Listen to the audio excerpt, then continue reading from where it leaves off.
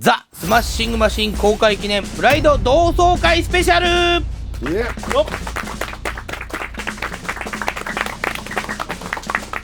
とんでもないとんでもないメンツがなかなかですね、このはいメンバーをキャスティングして集めるのは大変だと思います。いやプライド時代になったらもうこれで興行が打てるよね。正直断られたと思ったんですよ。2人来ないと思って、その想定でキャスティングしたんですけど、皆さん快く出席いただいて。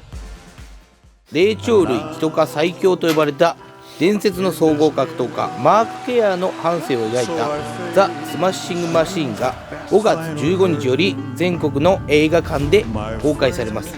この動画ではザ・スマッシングマシーンの公開を記念して当時のプライドの裏話を聞いていくという動画になっております。はい、ちょっともう緊張しております。だけど、はいどう自分たちが戦ってたプライドの舞台が映画化されるっていうのは描かれてはいないんだけど、伝説の試合をねサグがやって、はいはい後にも先にもあんなことをやったのは桜庭とホイスだけっていう。いやでもそういうのをやるのがプライドだったんですよね。90分の試合なんて選手も大変だけどお客さんもすごいよね。90分だってトイレ行かないで見ていくって大変だよ。そうずっといましたよね。年表を今日は用意していただいて、1997年のプライド1旗揚げから榊原さんと笹原さんはプライド1からそうですね。関わってますか？もうそうです。でプライド2からマーク・ケアがプライドデビューというか、そうですね。そう。桜庭さんのプライドデビューもプライド2。プライド2で、じゃあマーク・ケアと同期というか、同期ね。はいまあ本当はマッケアってその試合でホイスやるはずだったんですはいはい、ね。そうですね。そう。うわそれも見たかったな、でまあそれは結構全米の中でも期待をしたカードだったんだけど、ホイスが怪我ということで流れて、なぜかブランコシカティックと組む。だから最初から割と北米半分北米意識みたいな。いやいやもう完全にそうです。その時代ちょうど自分はアメリカにいたんですけど、で UFC の会場とか、自分の試合ない時とかでも行ったりとかすると、マーク・ケアとかマッコールマンとか、ビクトーとか、やっぱよく会って話をする機会があって、そうするとプライドってどうなんだって言って必ず聞かれたんです。当時の UFC ってペーパービューが降りちゃったんで、そうだね。でファイトマネーがゼロが何個か減っちゃったらしい。そうだね。ボクシングのマーケットをコントロールする人たちからすると脅威に感じて、PTA とかと活動をして禁止にさせるんですよ。だからプライドがそれの受け皿になるんですよ。最初マークが病院で UFC って知ってるかって言ったら、バイオレンスだから、あるシーンがある。まさにああいうなんかもう一般の人たちには UFC ってものは危ないもんだっていうものがなんかイメージとしてこうなんかそう進みかけてる時代だったですね。このマーク・ケア対ブランコ・シカティックって大会としてはメインで盛り上がったんですか？ちっともちっとも横浜アリーナでやりました。じゃあ桜庭さんのデビュー戦とかの方が盛り上がってたというか、プライドデビュー。いや会場はですね、どの試合も一切盛り上がってなかったです。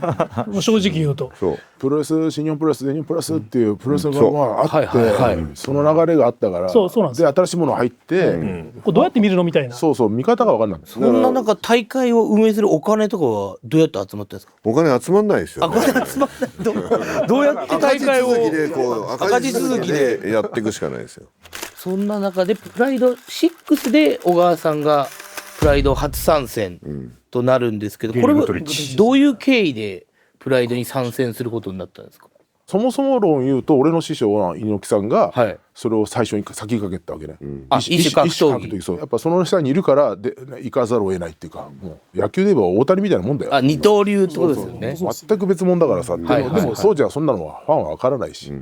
だから淡々と決まったことを式次第にのっとって今も会見やるのが格闘技じゃないですか。でもそれじゃなかなか今の時代でいうところのバズらないし何もしない中で、その当時ももうおーちゃんはでもそこを普通にやったって面白くないじゃないですかっていうことを持ち込んで平気でやるから、ハッスルの会見とかでも本当に殴られるんじゃないかなと思って、この人にハッスルの会見机とかガーンとやっプロレて、スということでっていう。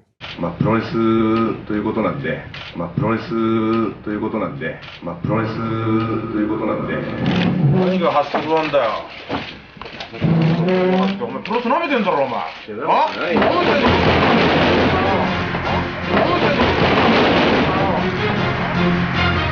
泣き虫なんだお前、泣き虫。高田呼べ、高田を。俺なんか普段からハッスルやりたそうなんですよ、この2人。大変なんですよね、い実は。やちょっとあるでしょ。やりたいですよ。もう大変なんですよね。もう大変なんですよ。最初さ理解するの大変だったよね。いやみんなね大変でしたね全然理解してくれないから。亡くなってからさやっぱ良かったと。ああ、そんな感じ、そんな感じです。はい。ハッスル時代が追いついてるっていうか、でも YouTube でめっちゃ見るまあおもろいもんね。おもろい。でも結局王ちゃんがそういうことを言って、最初は例えば長州力とか川田とか理解は最初できないわけですよ。でももう最後はチームになってみんなで盛り上げようっていうファイティングオペラを。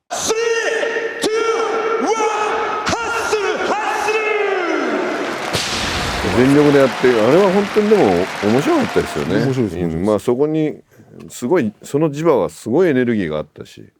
早いですね。 SNS が始まる前から SNS でバズりそうなことをどんどんやってプライドを根付かす。そんな中で無敗のケアがボブちゃんちんとの戦い、これは映画でも描かれてるんですけど、実際4点膝といいますか、あの時はまだ禁止だったんだね。実際映画で負けたと言われたマーク・ケアが榊原さんにこう詰め寄るシーンみたいな、このシーンなんです。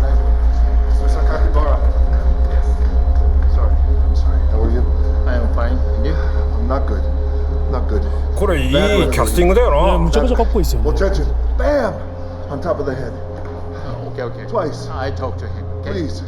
バラさんっぽい。バラさんっぽい、バラさんっぽい。ちゃんとビデオ見て、彼女が言ってるのをちゃんと用意して、今すぐ見れるようになりました。実際こういうやり取りが裏ではあったのかな。あんまり覚えてないですか。でもその反則行為があったことは覚えてます。マーク・ケアはその時無敗というのを維持してたんで、そうリングサイドでめっちゃ盛り上がったね、この時。見てる人も反則はどうかってのは分かってなかった。全然分かってないです。僕一ファンでペーパービューで梶さん見られてました。マーク・ケアが負けたと思って、うわーってなって後からそっか反則なんだみたいな。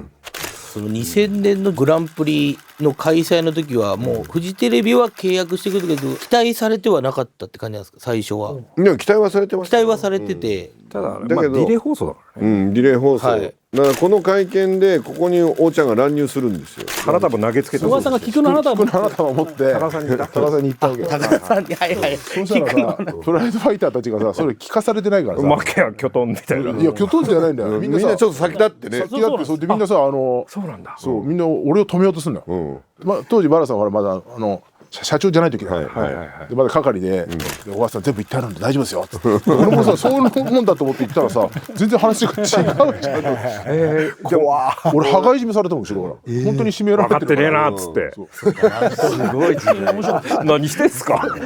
タップ仕掛けたもんこうやって。本当にやばかった。止めたでしょ小川さんを。いや僕は見てた。俺見てた。誰かすごかったからね。この大会に小川直也選手いたらなっていうのは本当に思いましたけどね。開幕戦その話はなかった。僕は王ちゃんにはそんなこと言ってないんですけど、僕は本当に小川選手にこのグランプリに出てもらいたいっていうふうに。その当時は王ちゃんとこんな風で話せないんだからいろんな人、猪木さんもいれば、そうか桃さんもいて、芸能界のドンもいればいろんな人たちがこの間にいろんな人がいるわけさ。山がたくさん。話が変わってくるんだね。いつかいつが山かったんですよ。で実際2000年で桜庭選手が小石選手をあそこから世間的にはすごかったんですかね。高田信彦がヒクソンに負けたところから引っ張ってる復讐というか、それをこの人が果たすっていうところで瞬間の東京ドームはすごかったよね。事後放送ですけどお昼間の放送で視聴率1週間後で 10% 取りましたよ。お昼でですか。当時今桜庭大成選手がおいくつぐらいだったんですか、2000年の時って。生まれてない2歳か2 2歳か3歳じゃないですか。はいはい、それは感慨深いですよね。なんでこの間セコンド来なかったんですか？初めからセコンド行かないって言ったの。答えになってない。答えになってない。行かない、俺つかないよって初めから言ってた。最初やりませんってことね。そう。めちゃくちゃ当たりきついですもんね、息子さんに。いや、こっちがきつい時に来るんですもん。どういうこと練習やってる。今ならこっちが疲れているところに来るからできないって言ってる。当時自分サックとよく練習してたんです、高田投手で。同じことをやってたよ。俺がフラフラの時にって言ってこうやって後ろから首絞めに来たよ。血は争えねえな。同じことやってたよ。やってたよ。こうやって守ろうとしたら、なんか口の中にこう手突っ込んで。じゃあ息子さんに負けたくないって思いがあるってこと？今。いや、一応練習仲間ではあるので。恐ろしいね。もう親子は関係ないんで、そこは。やり合えてるのがすごいという。すごいな。マークケア練習したことありますね。サクさんが日本で。めちゃくちゃ力ありますよ。そりゃそうですよ。何をやったんですか？レスリングスパー？レスリングですね。打撃なしの関節。やっぱグラップリングだけで言ったらめちゃくちゃ強いですね。めちゃくちゃの力、やっぱりなんかそのレスリングのチャンピオンだな。アブダビコンバットとか出てね、勝ってます。チャンピオンになってます。性格とかなんかそういうのを感じました？性格？性格は別におとなしい感じ。おとなしい。結構じゃあ優しい。そう、すごい謙虚で優しい。まあ映画の中でも描かれてるけど、やっぱり4人か5人兄弟でお姉ちゃん4人の末っ子ですごくナイーブで繊細な人なんですよ。なるほど。マッケアって。だからまあそのリング上で見せるパフォーマンスとは違ってメンタルの部分で言うとすごく優しい人。気が弱い。ある意味みんなお姉ちゃんたちがやってくれて、で長男男が一人生まれてるから、みんなに可愛がってもらって子供の頃に成長してきちゃってるんで、だからどっか甘えてるところもある。なるほど。その映画でもちょっとデリケートな部分ですけど、なんか薬物依存みたいな話もあったじゃないですか。やっぱりあっちの選手っていうのは高坂さんが練習してて、あれこれやってるんじゃないかなみたいな選手とかはいらっしゃったんですか？ほぼ 100%。いやでもそこが描かれてそういう映画ですからね。当時はね。だから本当だからなんだろうな、簡単に手に入っちゃうっていうアメリカの事情もあるかもしれないです。要は日本みたいに保険そんな手厚く今は分かんないですけど、自分が住んでた98年当初って保険入れない人がやたらと多くて、今でもそうですね。ドラッグストアで手に入れるしかなくて、でそうすると処方箋とかも、もうなんか緩いというか、じゃあ本当に映画であるようなケアの田舎の薬局で手に入っちゃうどう感じるんですか？その力をすごいのと、あと本当力もそうだけど息遣いがもう牛とかだんだん獣と練習してるみたいになんていうんですかね、喉が多分狭くなるんですかね、あれよくわからないですけどね。息遣いとかもちょっと変わったりとかする。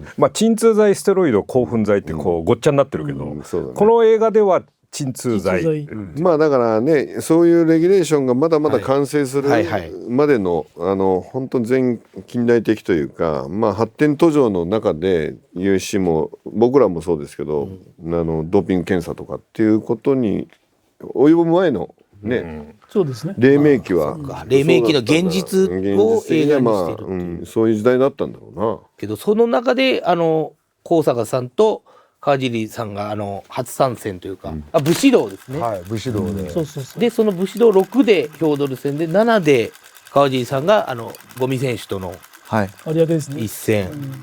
あれ武士道っていうのはどういうコンセプトでまた中軽量級をやりましょうみたいなことだったんですけど、最終的にそっちに移行していくんですけど、最初はなんかそこまであんまコンセプトなかったような気がします、ね。日本人ってことじゃなかった。そう、日本人をもっと使う別ブランドを立ち上げようと。で社長が会見で言われてたアルマーニだけじゃなくてエンポリオアルマーニあるでしょみたいな。始まったんですけど、それがだから最初メインはミルコ対ドスカラスジュニアみたいな。ヘビー級の試合をやってたんですよね。それが川尻君とかそれこそ五味隆則とか出てきて中軽量級にどんどん移行していったっていう感じです。トップアスリートだけのプライドって舞台だったんだけど、それ以外の選手たちにももっと出場の機会だったりを作りたいし、ここは実験的に作りたい。その中で川尻とか五味の階級、青木も含めてそこがすごい頑張ったわけ、そこがファンがすごく支持したんでスライドしていくっていうのが武士道だよね。やっぱり僕らの時代ってまだその70キロって中軽量級がビジネスになってなかったんですよね、だから僕自身も別にこんな格闘技やると思ってなかったし、25、6歳までやってその後普通に就職しようと思ってた中でプライド武士道ができて初めて中量級って世界に日が当たって、もしかしたらこれで格闘技で生きていけるかもしれないってとこで僕らももうこのチャンスを逃したらもう二度とそのチャンスないと思ってたから、必死にこのライト級っていうのを成立させるために分かんないなりに盛り上げて、やってきたって思いはすごくありますね。とんでもない試合ですね。めっちゃ面白いです。そんな中プライドが2007年に終焉というか、なかなか志半ばって形だったんですか、榊原さん的に2007年のプライド終焉っていうのは。まあ僕は会見でも言ったんですけど、プライドは継続するっていう約束のもとに営業権譲渡してるんで、アメリカ北米をメインとする UFC ケージだから、日本をメインとするリングのプライドっていうのは2大メジャーとして世界でこの2つのブランドが2年に1回とか3年に1回とかでメガファイトをやって、これがスーパーボウルになればいいっていうことで、それぞれの個性を生かして2つの団体があった方がいいんじゃないと、ヘルシーにっていうことに同意もして続いていくっていう、僕も 100% そう思ってたんです。まあでも人生何が起こるか、ね、なるほど、本当に契約は気をつけましょう、なんかプライドを振り返れる気分になってんな。そうですね。僕しばらくプライド終わってから10年ぐらいプライドのプの字も出したくなかったけど、ちょっと懐かしいよね、多分ファンの中でもそういうちょっとなんか気持ち的に少し余裕ができて、当時を振り返られるタイミングにいいと思いますよ、メンタル的にも。だからドンピシャだと思うけどな、タイミングとしてはね。この作品きっかけにちょっと歴史を調べて、こういうレジェンドがいたから今の格闘技につながってるっていうこの4人の試合とかをね、本当に現役バリバリの時のこの4人の試合とか YouTube いっぱいあるんで見返してほしい。サックさんの本当ホイスとの東京ドームのやつとかたまに見るんですけど、歓声は多分大事にかなわない。そうですね。小川ヒョードルもすごいですよ。そうですね。ステファン・レコの試合もものすごい盛り上がりでしたけど、大阪マークハントもすごいですよ。トップであり続けるファイターの光と影、葛藤、そういう人間ドラマがむっちゃくちゃ如実にかなりリアルに描かれてる。ちょっとノスタルジックっていうか懐かしいよね。ノスタルジックになりましたね。なるよね。本当にただ、感動、日本人目線ではないんだっていう見方というか、藤田選手とか桜庭選手の活躍で日本人が湧き上がってた時に、アメリカの方はこんな感じで見てたんだ、やっぱ中の人間はこの切り取り方はできないですよ、できないです。これは、やっぱり一歩引いた外部、一歩引いた外部が暴露的にやるからできてるわけで、ラストシーンめっちゃ良かったよね。マーク・コールマンが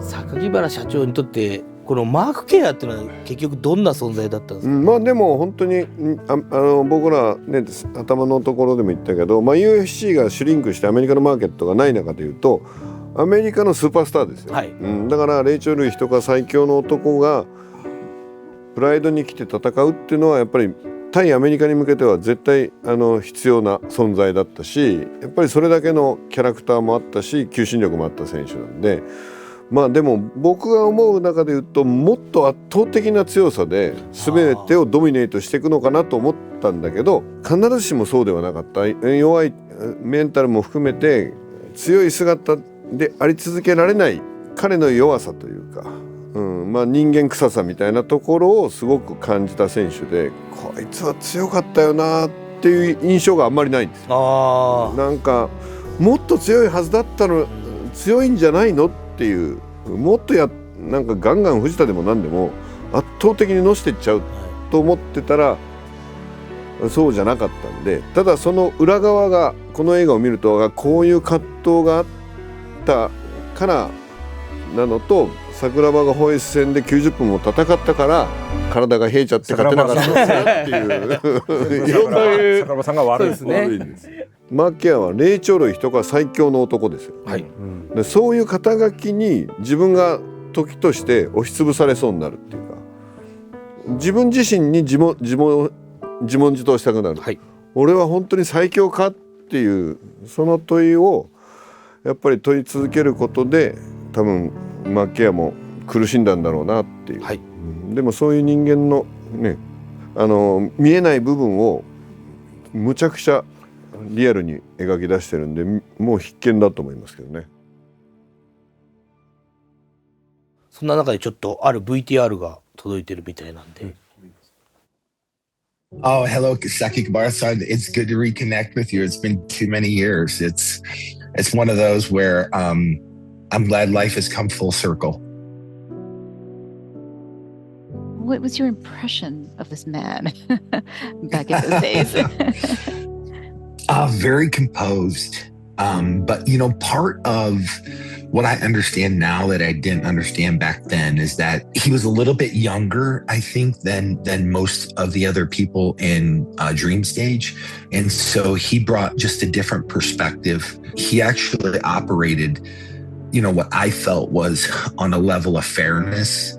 One of the contracts that we negotiated, he flew to Santa Monica. And I think that was one of the biggest things is that, even though that I had somebody directly responsible for me, if I needed to go to him to talk to anything, he was open to hearing what I had to say, and he valued what I had to say.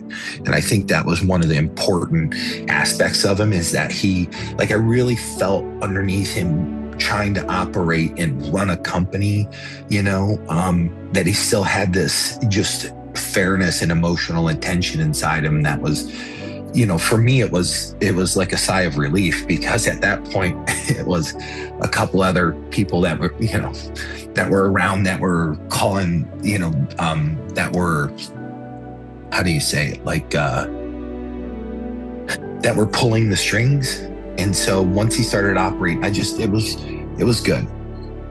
For Ryzen, headed by Mr. Sakakibara, can you share your impression of Ryzen? So I've seen it a couple different times. I'm getting more familiar with, and I know this much. I know Mr. Sakakibara, he's not going to put a show on that's a mediocre show. I know that. He's going to try to find the best matching of the fighters and the best cards that he can put together. I know that that's what he aspires to do, is to create greatness when he's doing something like that. So, what I've seen of it, it's been really good. It's been entertaining. It has little remnants of that Pride days, but it still has its own identity. So I'm excited to see what comes. A message or a word or two to the Japanese audiences who are looking forward to this film's release. Be surprised. I think anybody that's going to go see it is going to be absolutely just blown away with what The Rock does with his performance, and homage it pays to Japan and its importance in my journey along this way. So I think they're gonna love it. And I think everybody that watches is going to be able to take away something from it. すごい。マーケアから嬉しいですね。サプライズメッセージ。いや、なんか嬉しい。サンタモニカに行ったのを覚えてるんだよね。猪木さんがその当時サンタモニカに住んでたんです。そうですね、サンタモニカで、サンタモニカ結構猪木さんもマッケアと実はかなり早い時点から接点があったんだよね。で、猪木さんと会うっていうと僕らもサンタモニカに呼び出されるじゃないけど、よく行くことがあって、そこでマッケアとも何度か会って話をしたことを今思い出しました。平凡なショーはやらない人ですと言ってましたよ。はい。あとやっぱ今言ってましたけど、こう何かあると社長ってやっぱ選手に会いに行くんですよね。公平である。サクがヒーローズに寝返るっていうかさ、ちっちゃおうとした時もうちまで行ったもんな俺たち。本人は出てこない。タクシー大臣自体もだから社長がたまにそういうこと言うんですよ。なんで会いに行かないんだみたいなこと、会いに行けよみたいな、多分その感じを多分マッケもちゃんと記憶してたってことです、ね。あと公平さってのは本当そうだよね。嬉しいね。吉田小川の間立てるっていうのもそうだし、平本美空もそうだし、天心武もそうだし、天心にも武にも両方にも同じように接してましたもんね。10万円あるうちにプロモーターが5万円抜いて5万円を選手で半分ずつ分けると揉めるじゃないですか。だから選手たちにまずしっかり平等に取ってもらって、まあそれが実現した後上がった利益は次の興行に突っ込まなくちゃいけないっていう、そこで金計算して先に抜いといてそこで物を作るとつまんないものになるんですよ。だからこれやるためにかかる金をどう用意するかっていう多分発想でここまで来ちゃったんで、お金がないんですよ。金はない。金はない。自転車操業ずっとないです。ずっとないです。やりたいことを先にやっちゃうんで、選手たちがやっぱり人生かけて命かけていろんなリスクを背負ってやるんだから、やっぱ選手が取れないと、それは人生かける意味がないじゃん。はい。で最後に質問なんですけど、プライド時代の運営とライジンの運営っていうのはどっちが正直大変ですか？ライジンの方が大変だな。大変です。ライジンの方が大変ですか？体がしんどいです。じゃあもう30代とか40代の時にいかんじゃん。選手たちもいかんけど、プロモーターもいかん。まあそうですね。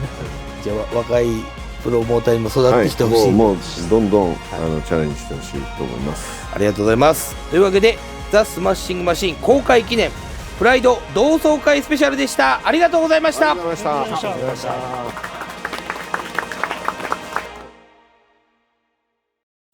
格闘技の祭典プライドが日本中を沸かせた時代、霊長類最強と呼ばれる男がいた。Winning is the best feeling there is.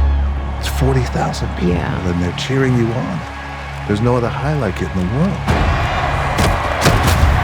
Oh my goodness! Kurt is out! This is truly shocking.